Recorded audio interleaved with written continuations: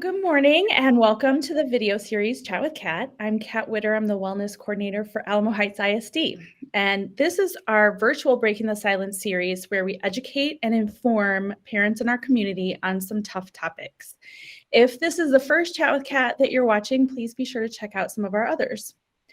Joining the conversation with me today is the phenomenal Evita Morin, the CEO of Rise Recovery in San Antonio. Evita has had the honor of serving Rise Recovery since 2016. And a fun fact, our district is incredibly proud to partner with Rise Recovery to provide much needed support and guidance to our students struggling with substance use. Before we get going though, I'd like to share a bit about Evita from my own personal observations and experiences.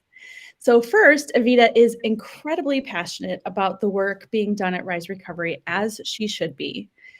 She is a warm, authentic, and inspiring leader. Evita is a fellow social worker, which I love. And lastly, Evita was almost as excited about our conversation today as I was. Almost. So let's go ahead and get it started. That's so great. I am so grateful you could make time to speak with me. I am so glad to be on I'm going to call it your show, Kat. Because I mean, you were such a wonderful host, and I'm sure that people watching learn something every time that they watch you. So I'm so grateful and happy to share a little bit about Rise Recovery, but I think more importantly, substance use in adolescence and what we should know and what we could be doing. Absolutely, and there's so many places we could start with this conversation. For instance, it's very timely for us right now because April is Alcohol Awareness Month. And we have been putting some information out to the community about that. But where would you like to start our conversation? I think I would really like to start with something that surprised me that I think will surprise parents or families watching this. And that's what is one of the number one, if not the most critical factor to creating substance addiction in a person. So I know some people might say that it's socioeconomic, or it's having another person using in the family, and genetics. There are a lot of reasons that people often attribute to addiction. What do you think? What is your experience, Kat? I think parents have a big impact on whether or not kids start using substances. So that I think is going to be my guess. And I think that's a really smart guess, because you mentioned parents, and the reason that this is so important to talk about is because age is actually the number one factor for age of first use, for impacting whether that person will grow up to become addicted. And so it's the age at which people have parents that they depend on. Their brains are not developed yet entirely. And at the same time, if kids are experimenting, they're starting to put these chemicals into a brain that's not yet cooked, that will cook with those ingredients in place. And that is the problem that we are experiencing. And that's why so many people, 74% of national admissions to treatment centers report that first use was before the age of 17. And to me, that's shocking. And when you think about Bexar County, we're looking at the first age of use around 12, 13 years old. Is that what you're seeing as well? Mm-hmm. I actually just put a statistic out there on social media that the average age for boys to try alcohol is age 11, and the average age for girls is age 13 for them to try alcohol. And so if I'm hearing you correctly, if they start using something at those ages, they're much more likely to develop addiction. Yeah, substance use, absolutely. And so I, like you, as a parent, or even as a young person, that's what I heard too. I heard this, when people start, but I really didn't understand why that mattered until I started working in this field, and recognizing that the earlier we start, the less supportive our brain will be to not needing that. It's going to turn something on in our brains for a lot of us, especially if we're trying to solve the same problems that adults have, loneliness and lost love and hard tests and bad days. Once our brains learn too early that solves the problem, that solves the feelings, then that's what the brain is going to want all the time. And, when I'm an adult, I know I have other coping skills. I know what I should be doing. I should be exercising. I should be talking to a counselor. I should be, listening to, a yoga video or meditation. But at that age, our kids haven't learned all the variety of coping skills they can lean on. They're still learning them. And drugs and alcohol just cut that experience out of their lives if they start too early. And so that's why when I hear parents that are more permissive and more open to letting their kids try drugs and alcohol, or letting their kids' friends try drugs and alcohol, I really want them to know the second part of that fact. Not that kids start early, but if they start early, that just increases their risk substantially to developing substance use disorder. And had I known that when I was growing up, I would have thought differently about picking up. So your kids need to know that too. A lot of us want to hide the wisdom that we learn, like that it might run in our family, for instance, that our uncle might have been an alcoholic, or that dad was, addicted to drugs. And we don't want to share that information with our kids, almost out of fear that maybe it'll kind of make it too real for them. But it's the exact same conversation you have if skin cancer ran in your family or diabetes ran in your family. You know that that's a high risk genetically for your kid. And so that's a conversation you want to learn how to have early before they start to make some of those decisions. That brings up a really interesting thought for me, which is our kids are coping. Number one, they're coping with so much more than we did because they lived through a pandemic, but also just growing up in 2022 is much more challenging and has different pieces to that puzzle than it did for us. Oh, yeah. So they're coping with more. So they're looking for ways to help them with that process. Right. But also, it's important to recognize that our kids don't have the capacity to recognize that they're trying to cope with something and then make a list of all the things that they could do to cope and then choose the healthy strategy. So it falls to parents to really say, I need to make sure that you're doing the healthy things, and I'm not going to provide those opportunities for you to start using drugs and alcohol. Right. Which is something that I do see quite a lot, where parents are providing opportunities. I love what you said, because it is our job as parents to be that model.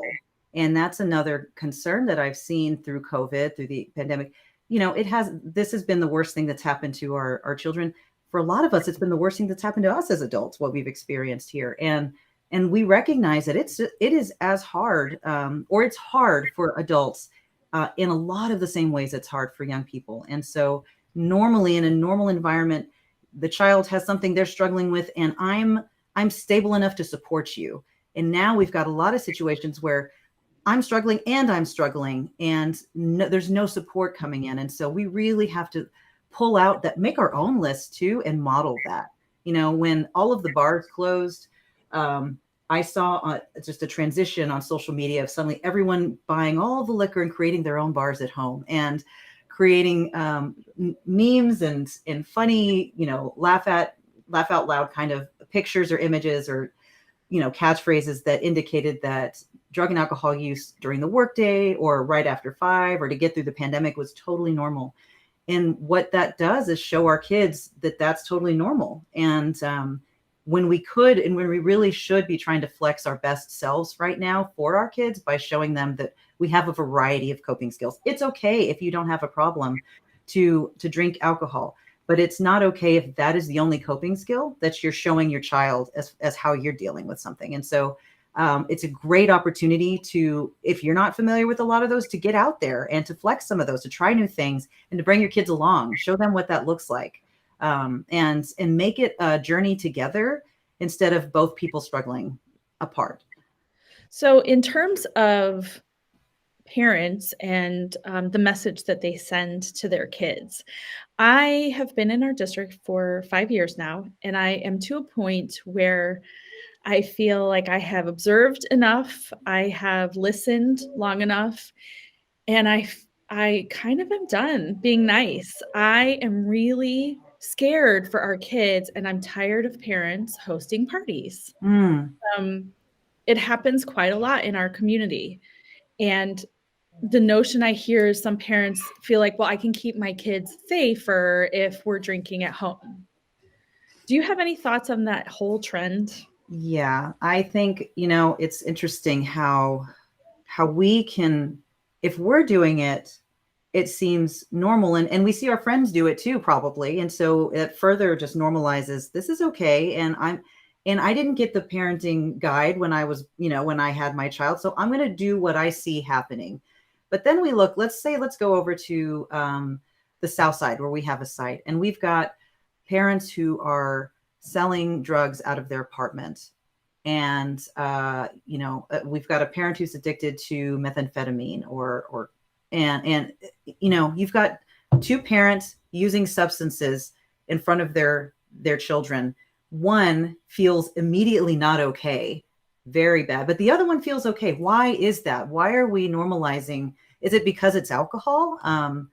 I don't think so. I think that part of the problem is that we've got the legalness for one, but we also have to remember that it is a problem if someone who is not developed enough to experience these things is experiencing it regardless of how safe your environment around you is. The person using is not safe inside themselves when they've started taking substances. Doesn't matter if they're on the South Side, if they're at Alamo Heights, if they're with their friends, you've created an environment in their own body that is no longer safe for them.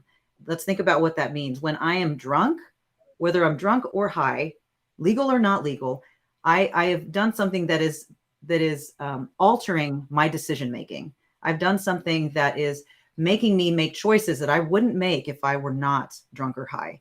It doesn't matter where you're from. It doesn't matter what you're taking. If that's what we're doing to our children, letting them reach that point, that is not okay. That's not an okay space for kids to be in, because then they make choices that might forever alter their lives.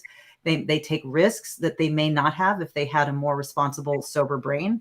And their friends who they are moving to, wanting to be like, are doing things in mass that might cause, like drunk driving together, going to parties and trying things that they would never try.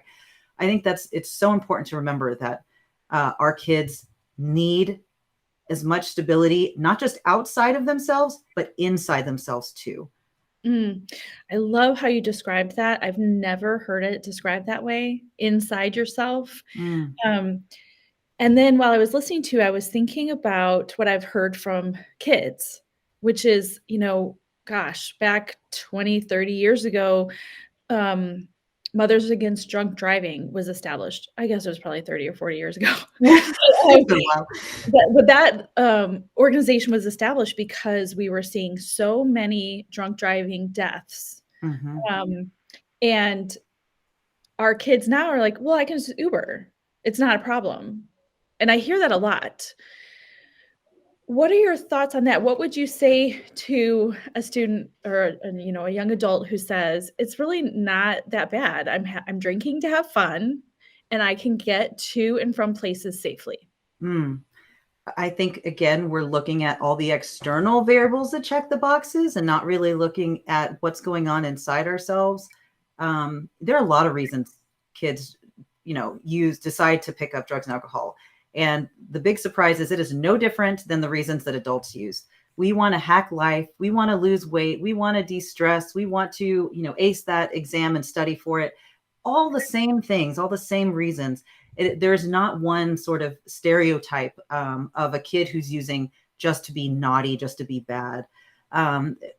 They're using it to try and feel good about themselves and or to get something from that experience. And so remembering why it is that we're using in the first place, what is the point of it, and not thinking about whether or not these external variables, all of, especially in Alamo Heights and in places where there is more stability, you can almost convince yourself that it's 100% safe because I'm around good people and this and that. But what's going on inside is that we are losing the capacity to develop healthy coping skills. And when we apply this drug as a solution or this alcohol as a solution for everything we're doing, it doesn't work across the board. It's not the end all and be all for how to solve life's problems.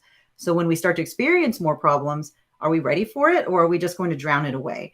Are we going to face it and overcome it, or are we going to drown it away? And that's what happens to these kids, is that they've found a solution that numbs them out, that helps them not have to feel that, and they never confront it, and then they never grow up. And so I think those are great starting points to help kids be responsible, make sure that you drive safe.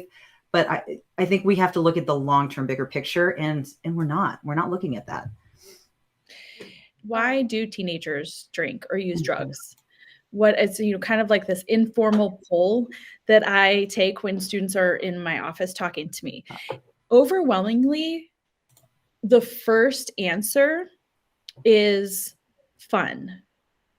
That's been overwhelmingly the first answer, to have fun, to make fun memories with my friends. And then the second answer tends to be escape. Mm-hmm. So that goes right in line with what you're saying. We're trying to escape the stress of school, the pressure of life, the pressure from home, the pressure for academics or sports.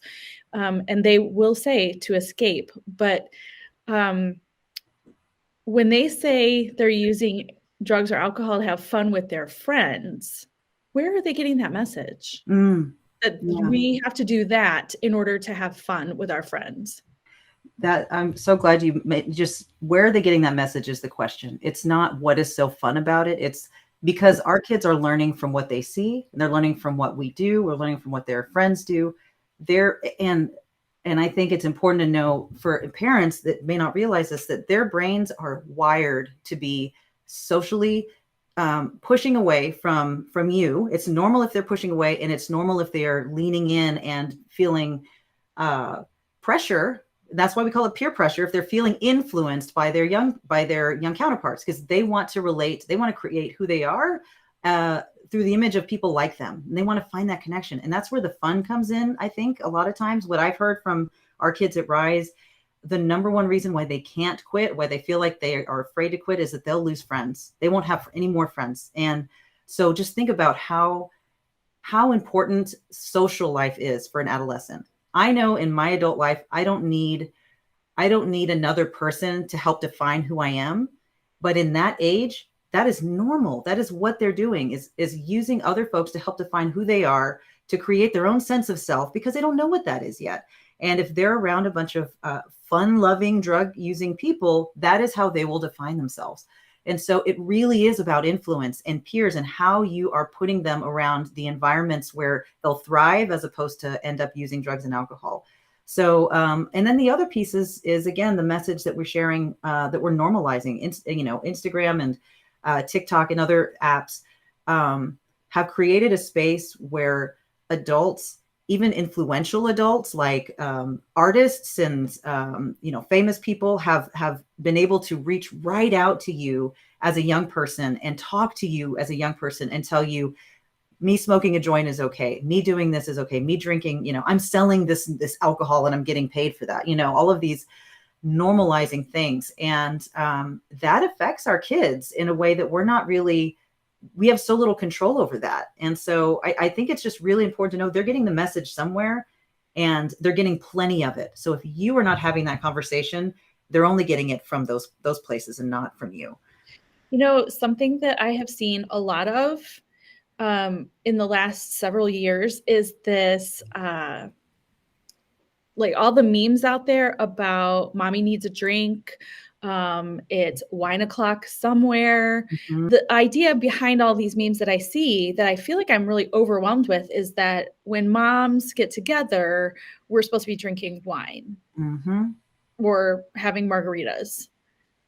Even in television programming that I've watched, where I'm like, why does this person have a drink in their hand every single scene they're in, and why is nobody talking about the fact that they have a drink in their hand in every scene? Yes. I'm watching it as a social worker thinking, I think this person has a drinking problem. Uh-huh. Am I the only person who's watching this show feeling like they have a drinking problem? But that's another example of where our kids are getting messages. Absolutely, they are. And I promise you, those messages are so intentional that there are alcohol companies that are literally paying for those spots for their logos on those cups, for the behaviors to be shown, because that helps their market and that helps them. I mean, it's an overwhelming truth that there is, and it's, if you read some of the referenced books that I'll share with you, it's eye-opening. It's actually what helped me realize, wow, I'm being completely manipulated by pop culture, and these memes might be coming from my friend, but they started somewhere and they were shared by someone well before that friend found it and shared it out. And there's a lot of intentional social marketing aimed at young people and at parents to normalize alcohol as a way to get through COVID, get through working from home, get through parenting through the pandemic, the quarantine. And it's meant to force you to think there's really only one coping strategy for stress. And it's this. It's very scary. I had not even considered that it was intentional marketing. 100%. So I have noticed with streaming platforms that car companies are using them. Like in a show, somebody has to talk about the amazing backup camera on their Ford, whatever. And I'm thinking, why are we talking about this in, this particular show? That's weird. And that's when I realized, oh, that's a marketing thing. Streaming platforms don't have commercials. I get it. Had never considered that character in the show where I'm like, she always has alcohol in her hand. I'd never considered that was a marketing ploy. Mm-hmm. It's startling to realize, and I think it really helps start to take the curtain down when we start to recognize that anytime we're being fed on media alcohol or drug references, even if it looks casual and social, it is not. It is paid marketing, and it is a manipulative tool to try and normalize for us that this is okay. And before we just go with the flow, because the flow is moving us in that direction, it's important for us to stop and say, is that okay? I haven't had a drink in a few years now. And it was, part of it was understanding that manipulation and realizing, you know what, I don't need to listen to that. And I started to recognize it. I started to see it everywhere in ways that I had never seen it before. And I don't want to be manipulated anymore. I want to be able to choose for myself. So when the pandemic happened, I thought, I've got two choices. I've been sober for a while. And I said to myself, I could either use what I know is the coping skill du jour to make me feel better and get through this tough time, or I can be as clear-minded and as focused on getting through this time with my team as I can. And I chose to be as clear-minded and focused on getting through this with, my wits about me, because I knew that that's when I most needed to be in control. That's when I most in control. That's when I most needed to have my wits about me. There's only so much we can control, and we can't control ourselves. That's just about it. That's it. And so by choosing not to drink alcohol during that period, it helped me make decisions for the best interest of the organization that I run, the people that I serve. And it was a no-brainer at the end of the day. Can you shed some light on what you see in our San Antonio community in terms of drugs and alcohol, or in terms of that and teenagers even? Sure.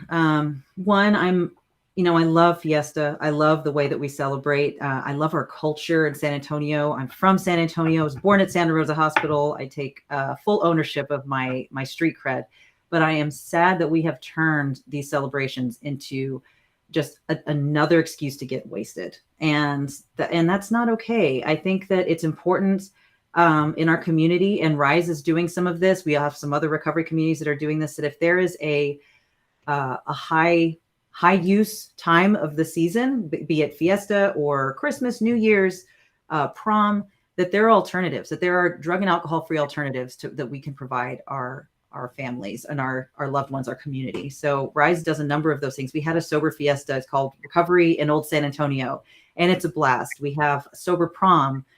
We do all sorts. If there is a weekend, a holiday, that something is happening, and we know that families are usually struggling with the decision to use or not use, we're open so that we can be an alternative to that. In San Antonio, methamphetamine is actually an enormous demand right now, unfortunately. And opiates are are pretty prevalent. 20% of the people that we serve in Rise Recovery, and we serve primarily youth, have an opioid related disorder and are addicted to either prescriptions or ultimately eventually heroin, or fentanyl, as we're seeing now. And what I'm seeing too is that we're seeing people much earlier than we had ever seen them before. Our kids are getting in trouble with the drug and alcohol use physically much quicker. ODs are happening the first or second time someone's tried something. And it's just shocking to see how it used to be a slow and steady kind of movement to harder drugs, but the drugs now that kids have access to, whether they even know it or not, are so potent. And there's a manipulation there too. I learned, and in my years here, that the reason that these drugs have gotten so concentrated is because the more you can pack in a truck that moves from Mexico to Texas, the more concentrated it is, the more money you can make out of it. And so you don't find that, watered down street heroin anymore. And I hate to say it like that, but that is what now you've got these super concentrated pills that are being digested in that are so much more powerful, and it looks the same and it tastes the same, but it'll kill you in an instant as opposed to over time. And that's it's a market, and it's a money focused market that is causing that huge influx of fentanyl. Are the drugs of choice specific to certain socioeconomic groups? That's a really good question. Sometimes it's a matter of whether or not you can afford to take what you want. But once the addiction sets in, once it becomes more about just trying to keep yourself from feeling awful because your body's withdrawing, kids and young adults stop caring what it is. And that's really where the danger can come in, because you're not looking specifically for your favorite thing. You're just looking to fill the hole that addiction has caused in your system. And so I have seen kids who have started on classy, alcohol or drugs and have turned to methamphetamine and heroin because it didn't matter at a certain time. And parents can take the money away.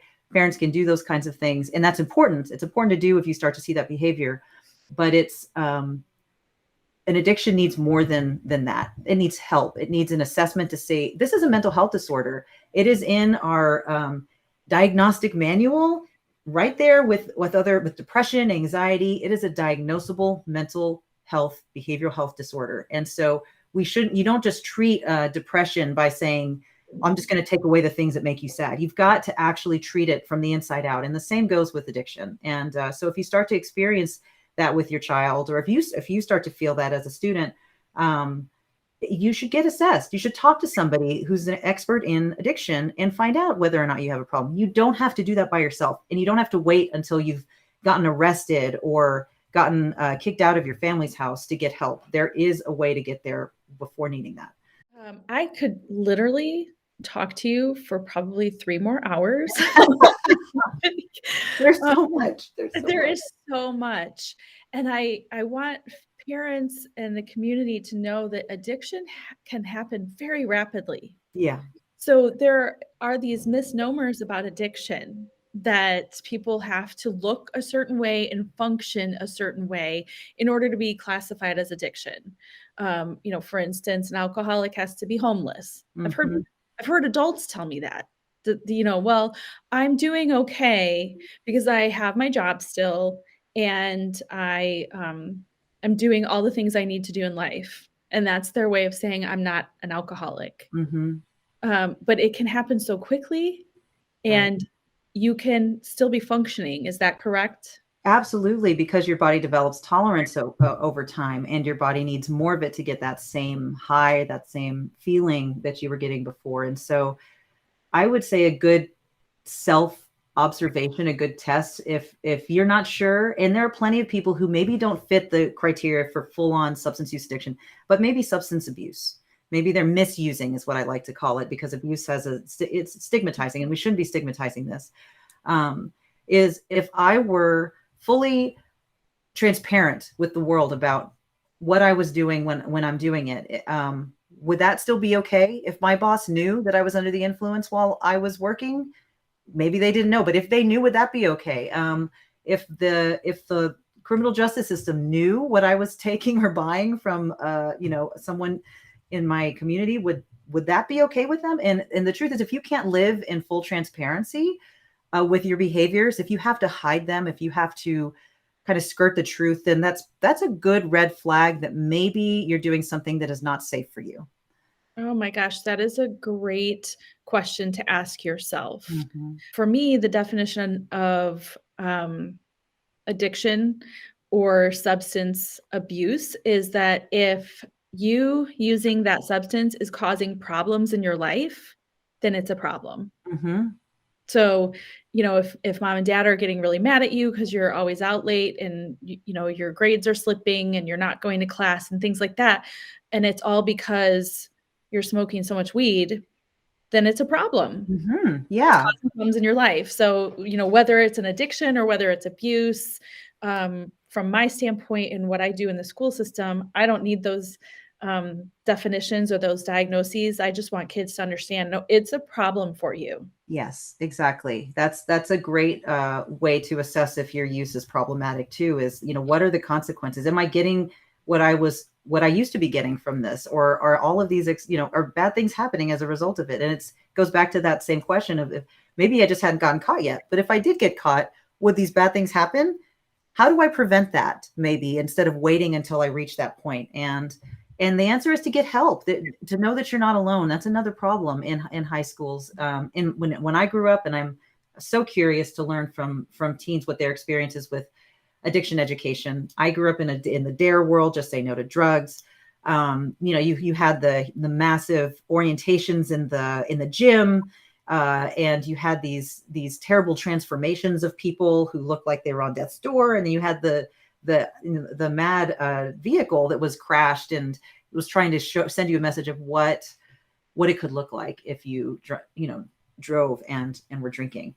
And that certainly impacts some people. That shocks some people into making better choices.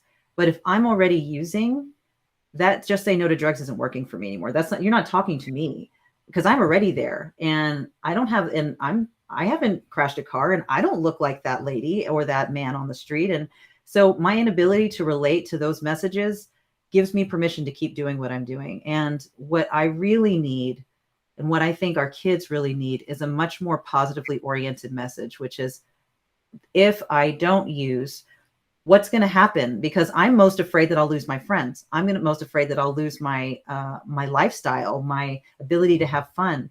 And so that's where peer recovery supports come in. And that's why RISE is such an important role in our community for kids, is that it shows them people in thriving long-term recovery, young people like them, who are having a wonderful time with life, who have a social connection with other people who are not using, who can talk about these things and the struggle without feeling ashamed, without getting suspended, without getting arrested. And that's the other problem with drug and alcohol addiction, is because it has such negative consequences related to it. People hide. They don't tell anyone because they don't want to get in trouble. But in a safe space like RISE Recovery, you can talk about the bad day. You can talk about the relapse. You can talk about your fears, and you won't be shamed. You will be supported through the next step in recovery. And I can attest that your staff from RISE are not only young people that are walking the walk, they're also really fantastic young people. They're cool. They're awesome. The kids, and they're having so much fun. Yes, and they're demonstrating that, oh my gosh, you can have fun and enjoy your life without drugs and alcohol. Yes. So as we wrap it up today, I just wanted to give you the opportunity to share if there's anything you would really want parents to know about teens and drugs and alcohol. It's High by David and Nick Sheff. Everything you want to know about drugs and alcohol and addiction.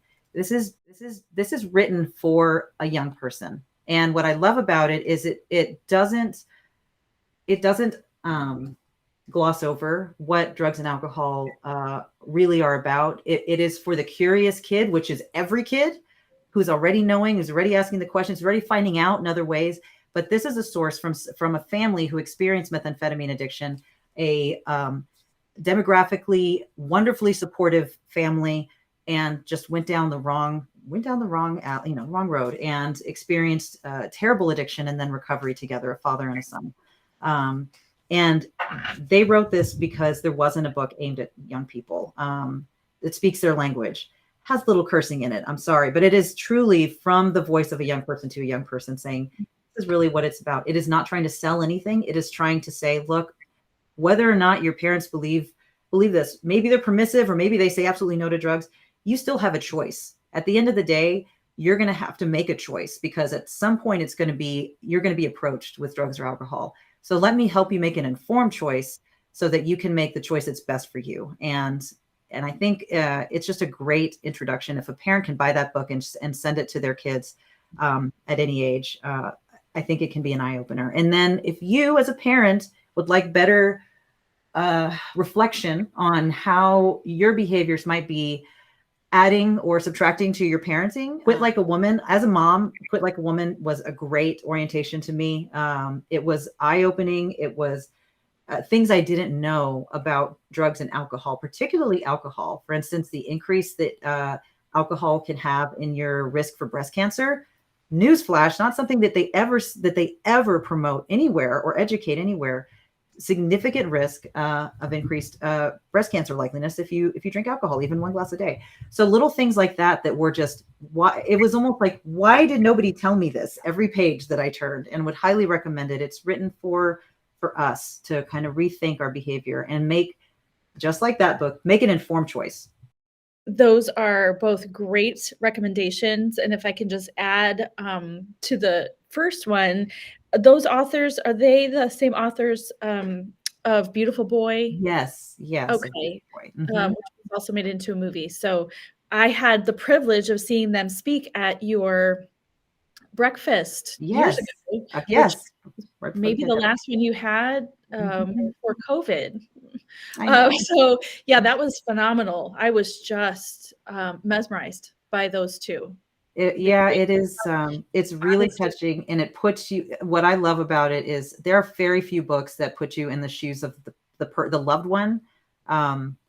Usually, it's the story that puts you in the shoes of the person addicted. And their story, Beautiful Boy, really puts you in the mind and heart and shoes of being a loved one, a parent who loves someone who's addicted, and this the reality of the chaos that you go through. And it's hard. It's a hard book. It's hard to read.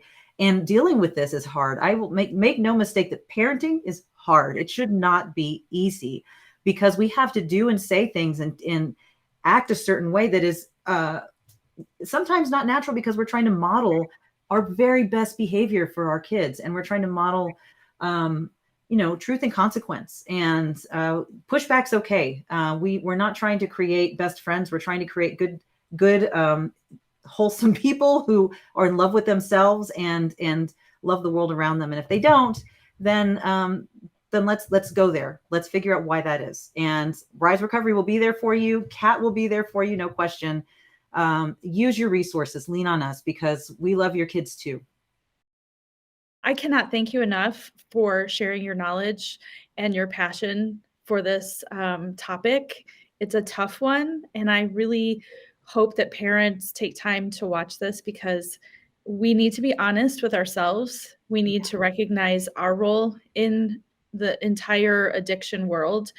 And one thing I really want for parents to remember is, if we talk about things, that's what we're always sharing with parents. Just talk about the tough things, open up the conversation.